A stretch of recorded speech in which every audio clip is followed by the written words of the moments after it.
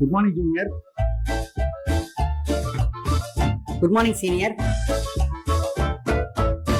வணக்கம். அடுத்து நீங்க ஒரு கதையை பார்க்க போறீங்க. அந்த கதையினுடைய முடிவுல ஒரு சேலஞ்ச் இருக்கும். அந்த சேலஞ்சை சக்சஸ்ஃபுல்லா பண்ணுங்க. Rat and birds. ஒரு காட்டுல பெரிய மரம் இருந்தது. அந்த மரத்துல நிறைய பறவைகள் வாழ்ந்து வந்தன. அந்த பறவைகளுக்கெல்லாம் ஒரு வயசான பறவை தான் தலைவனா இருந்தது. அந்த மரத்துக்கு கீழே ஒரு எலி வசிச்சு வந்தது. ஒரு நாள் ஒரு பறவை அந்த எலிய கொத்த போச்சு.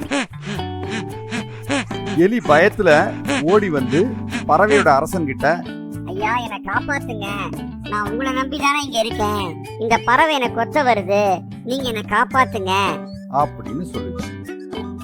உடனே பறவை அரசன் அந்த பறவை கிட்ட, எலிய கொல்லாத, எலி நம்மள நம்பிதான் இருக்கு, அதனால அதை விட்டுடு.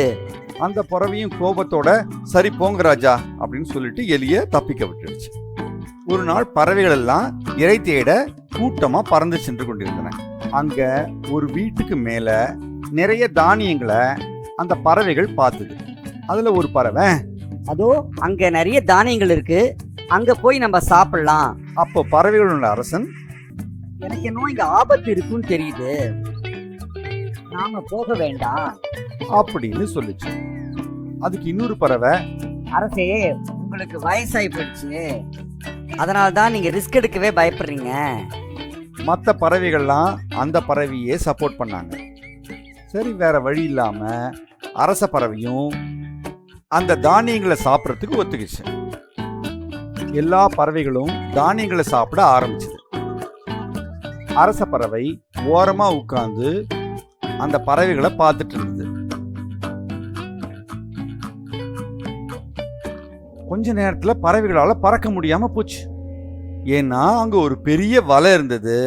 அந்த வலையில பறவைகளோட கால்கள் எல்லாம் மாட்டிக்கிச்சு. என்ன செய்யறதுன்னு தெரியல. அரசே, அரசே, என்னை காப்பாத்துங்க அப்படின்னு பறவைகள் எல்லாம் சத்தம் போட்டன. அரச பறவையும் தானும் போய் அந்த வலையில தன் காலை விட்டு மாட்டிக்கிச்சு. அப்ப பக்கத்துல இருந்த பறவை, ஏன் அரசே, நீங்க தப்பிச்சு போயிருக்கலாமே, ஏன் எங்களோட வந்து மாட்டிக்கிறீங்க? நான் ஒரு அரசன், உங்களை விட்டுட்டு நான் தப்பிச்சு போக மாட்டேன். அரசே, இன்னும் கொஞ்ச நேரத்துல நம்மளாம் செத்துருவோம் போல இருக்கே, நம்ம என்ன செய்யறது அப்படின்னு பறவைகள்லாம் அரசனை பார்த்து கேட்டது. எல்லா பறவைகளும் அந்த வலையிலேருந்து தப்பிக்கிறதுக்கு தனித்தனியா முயற்சி பண்ணின. ஆனா அவங்களால தப்பிக்கவே முடியல. அப்ப அரச பறவை, நீங்க எல்லாம் தனித்தனியா முயற்சி பண்றீங்க, ஒரே நேரத்துல நாம அத்தனை பேரும் பறப்போம், எல்லாம் ரெடியா இருங்க, நான் 1 2 3 சொல்றேன், உங்களுடைய சக்தி அத்தனையும் திரட்டி பறக்க முயற்சி பண்ணுங்க, நாம வலையோடையே பறந்துருவோம் மேல அப்படின்னு சொல்லுச்சு. எல்லா பறவைகளும் அந்த யோசனையை ஒப்புட்டாங்க. அரச பறவை 1 2 3 ஸ்டார்ட். எல்லா பறவைகளும் ஒரே நேரத்துல பறந்தது. அப்ப வலையோடு சேர்ந்து வானத்துல எல்லாம் பறந்தது. மறுபடியும் போய் தன்னோட இருப்பிடத்துக்கு உட்கார்ந்தது. அப்ப அரச பறவை எலியை கூப்பிட்டது. எலியாரே, எலியாரே, உதவி வேண்டும் அப்படின்னு கூப்பிட்டது.